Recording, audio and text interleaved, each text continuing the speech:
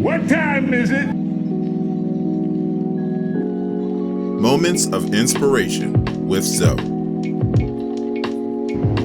Hey fam, this is Zoe and it's another episode of Moments of Inspiration. Hanging out here in the beautiful Queen City of Charlotte, North Carolina. It's always a privilege just to hang out together. And I want to share this with you. It's another short story and it really stuck out to me. And it's about a professor that gave a surprise test. And so he passed out the papers face down as usual, as was his tradition. And so the time began to take the test, so they flipped the papers over, and most of the students were very surprised and confused and perplexed when they saw it. Why? Because all that was on the sheet of paper was a dot. That was everybody surprised. There was a dot in the center of the paper. So the professor asked everybody to write about what they saw there. And so the students were still very confused at what was going on, but they started writing.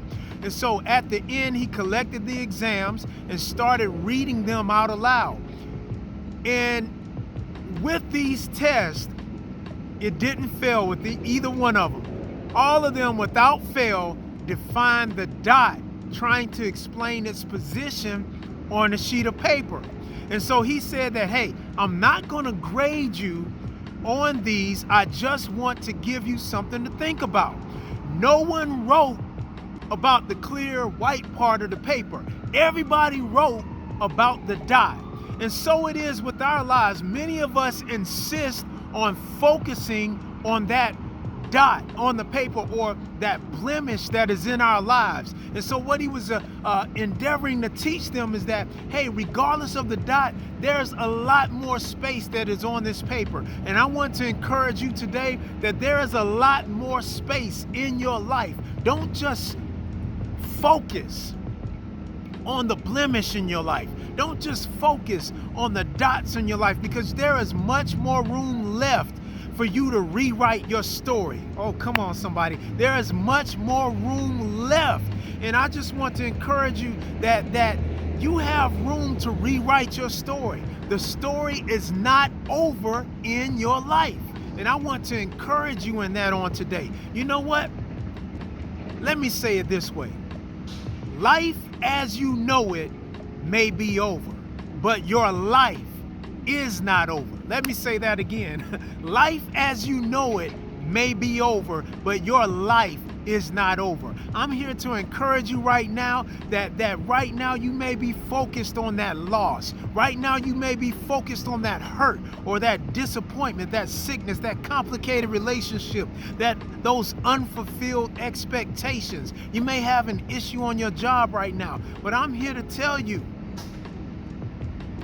that when you step back and look at the big picture, those things, even though it may hurt, they will not pollute and poison the rest of your life, because you will begin to see that there is room for you to rewrite your story. There is room for you to change the narrative. There is room for you to cultivate your potential. There is room for you to be creative. There is room for you to heal.